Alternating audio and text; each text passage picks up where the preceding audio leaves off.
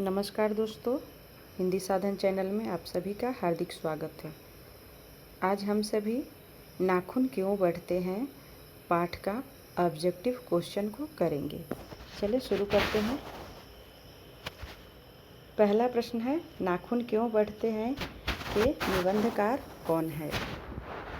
पहला ऑप्शन गुलाब राय, दूसरा आचार्य हजारी प्रसाद द्विवेदी, तीसरा प्रताप नारायण मिश्र, चौथा शांति प्रिय त्रिवेदी। इसका दूसरा ऑप्शन सही है, आचार्य हजारी प्रसाद द्विवेदी। दूसरा प्रश्न है, आचार्य हजारी प्रसाद द्विवेदी ने साहित्य की किस विधा में लेखन नहीं किया है? आलोचना, उपन्यास, कहानी, निबंध। तीसरा ऑप्शन सही है, आचार्य हजारी प्रसाद द्विवेदी ने कहानी में अपने साहित्य के विद्या को नहीं लिखा है, यानी उन्होंने कहानी नहीं लिखी है। तीसरा ऑप्शन है, कौन सी रचना हजारी प्रसाद द्विवेदी की नहीं है? अशोक के फूल, माटी की मूर्तें, बाणभट्ट की आत्मकथा, हिंदी साहित्य का आदिकाल। इसका दूसरा ऑप्शन सही है, माटी की मूर्तें। ये हजारी प्रसाद द्विवेदी की रचना नहीं है। अशोक के फूल, बाणभट्ट की आत्मकथा, हिंदी साहित्य का आदिकाल, ये तीनों रचनाएं आचार्य हजारी प्रसाद द्विवेदी की है। चौथा प्रश्न को देखेंगे, द्विवेदी जी ने निर्लज अपराधी किसे कहा है? ऑप्शन देखेंगे, नाखून को, चोर को, डाकू को, बदमाश को। तो द्विवेदी जी ने नाखून को निर्लज अपराधी कहा है। पहला ऑप्शन सही है। पांचवा प्रश्न, कामसूत्र किसकी रचना है? पतंजलि की, हजारी प्रसाद द्विवेदी की, वत्स्यायन की, रामानुजाचार्य की।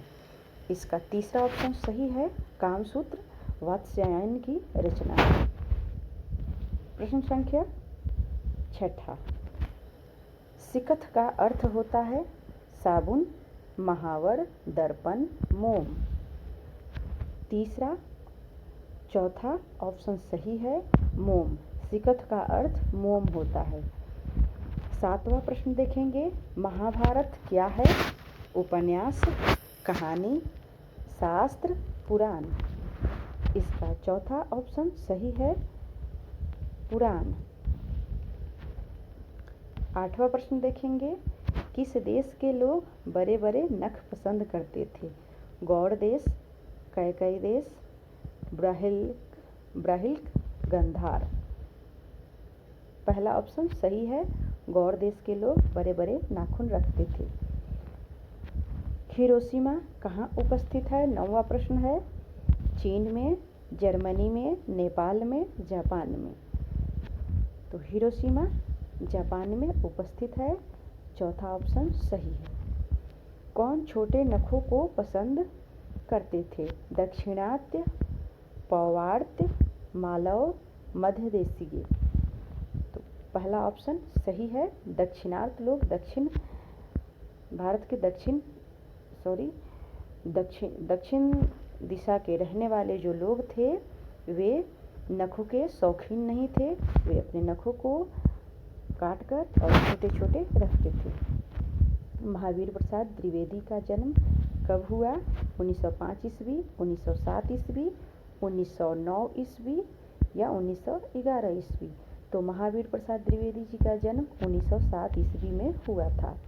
12वां प्रश्न है, महावीर प्रसाद द्विवेदी का जन्म कहाँ हुआ था?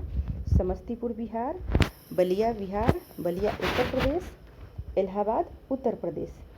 सी ऑप्शन सही है, महावीर प्रसाद द्विवेदी का जन्म बलिया उत्तर प्रदेश में हुआ था।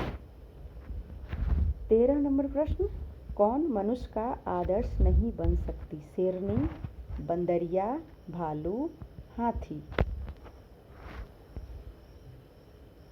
ऑप्शन दूसरा सही है, बंदरिया मनुष्य का आदर्श नहीं बन सकती।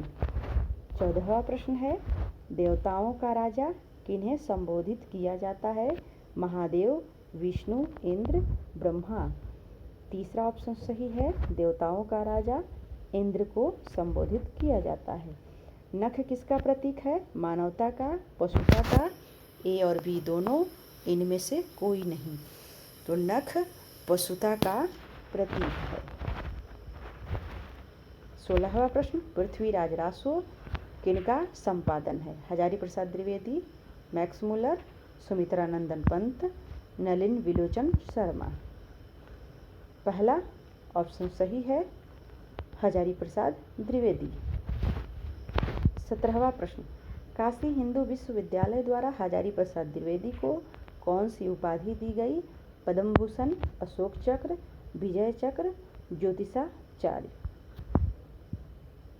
डी ऑप्शन सही है, ज्योतिषाचार्य पर।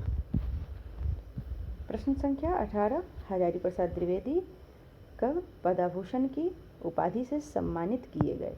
1953 ईस्वी, 1957 ईस्वी, 1959 ईस्वी या 1961 ईस्वी। दूसरा ऑप्शन सही है, 1957 ईस्वी। अगला प्रश्न, अशोक के फूल किसकी रचना है? पहला ऑप्शन दिनकर, सुमित्रा नंदन पंत, हजारी प्रसाद द्विवेदी, गुणाकर मुल्ले। तीसरा ऑप्शन सही है, अशोक के फूल हजारी प्रसाद द्विवेदी के हैं। ऑप्शन इसमें गलत है, सुमित्रा नंदन पंत नहीं है, अशोक के फूल के रचयिता हजारी प्रसाद द्विवेदी जी हैं। प्रश्न संख्या 20वां, हजारी प्रसाद द्विवेदी की मृत्यु कब और कहाँ हुई? 1979 दिल्ली, 1984 अजमेर, 1989 उत्तर प्रदेश, 1994 कानपुर। पहला ऑप्शन सही है, 1979। प्रश्न संख्या 21, नाखून क्यों बढ़ते हैं? से गद्य की कौन सी विधा है? नाखून क्यों बढ़ते हैं, यह गद्य की कौन सी विधा है? कहानी है, कविता है, भाषण है या ललित निबंध है? इसका चौथा ऑप्शन सही है, नाखून क्यों बढ़ते हैं, ये गद्य की ललित निबंध विधा है।